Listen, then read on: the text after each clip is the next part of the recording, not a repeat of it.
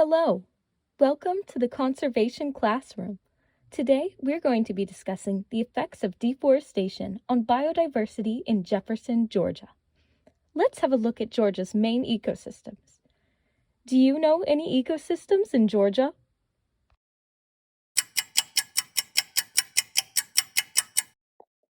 Georgia is home to many environments, such as the wetland ecosystem, coastal, mountain, and grasslands and forests. We're going to check out one ecosystem that can be found in Jefferson, Georgia. Come on, let's check it out.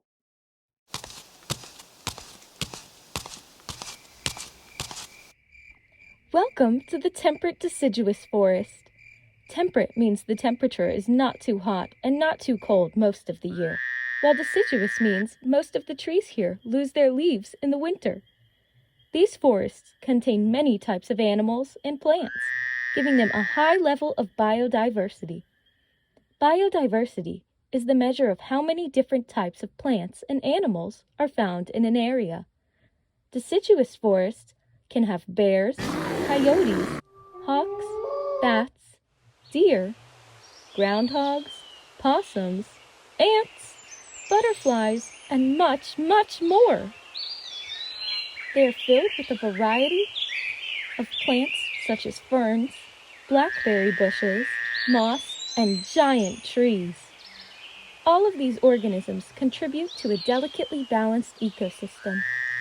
When an ecosystem is able to thrive in the same state, it's called stable. However, disturbances in the ecosystem can cause it to become unstable.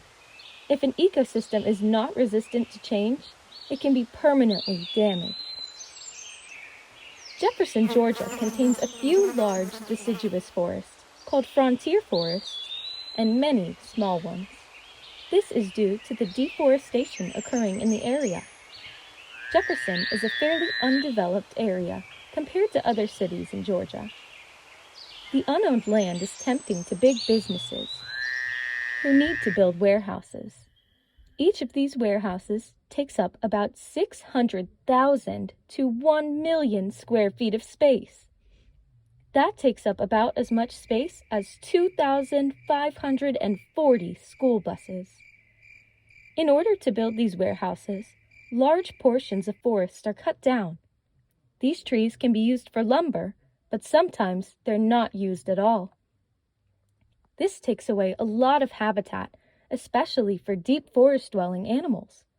Some animals and plants are only found in thick forests. When trees are cut and only small portions of forests remain, the deep forest-dwelling animals have nowhere to go. The edges of the forest are the most exposed areas.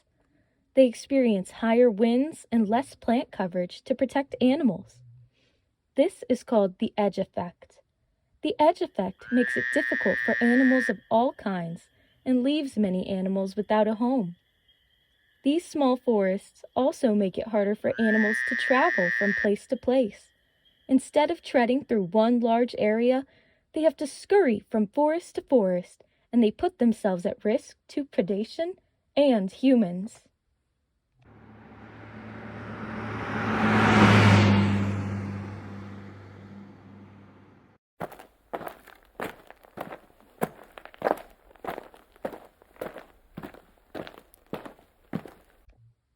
Another issue that these warehouses bring is pollution.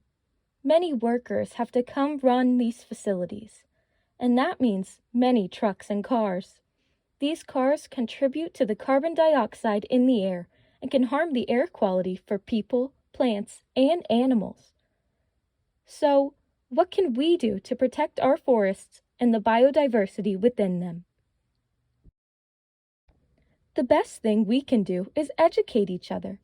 Making sure people are aware of the unintended consequences of their actions can help us make better choices. We also need to help reduce fragmentation and deforestation. If a large project needs to be done, make sure the forest stays connected. What can you do? Planting trees, talking to your friends, parents, and teachers, and getting outside can all help. Make use of the awesome forests around you. This can show everyone how valuable the land is to us. Get involved with your community, get outside, and get going. It's going to take everyone to get us on the right path.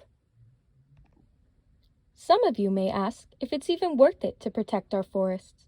And to that, I say, of course! First, let's keep in mind that the rest of this video will be opinion mixed with fact. I'd love to know what you think about this issue too. Protecting healthy ecosystems can increase biodiversity within an area. This biodiversity is irreplaceable in the world. It has great value simply because it exists. Living plants provide oxygen, help stop erosion, and can help decrease the amount of carbon in our atmosphere. Water sources, like rivers and lakes found near forests, can also keep carbon out of the atmosphere. Carbon is a big contributor to the increasing global temperatures. Forests can help us reduce the carbon in our air. Forests also have amenity value, which means they can be used for hiking, biking, and other recreational activities. These all add to the value of keeping a forest healthy. And these are just some of the benefits living ecosystems have to humans. These ecosystems are valuable to the plants and animals that reside in them too. This is called intrinsic value. Plants and animals also have consumptive, productive, and other use values. That means they have value because they can be eaten or used. Some plants are harvested to make medicine or because they're tasty, while animals can be hunted for food, fur, and other materials. These practices, when done correctly, can help stabilize and protect ecosystems, but overusing these practices can do damage instead. The tragedy of commons explains that when there are no regulations on public resources, people will take advantage of them and use them until they are of little value. If ecosystems aren't protected, they could fall victim to this occurrence. It is important to protect the ecosystems around us and protect the biodiversity we still have. Stopping the clear-cutting and fragmentation of forests is essential to keeping our Earth happy and healthy. Because we live on Earth, we have to care for it. I hope you've learned a lot about the value of forests. What are some forests near you, and how can you show appreciation for all of the biodiversity right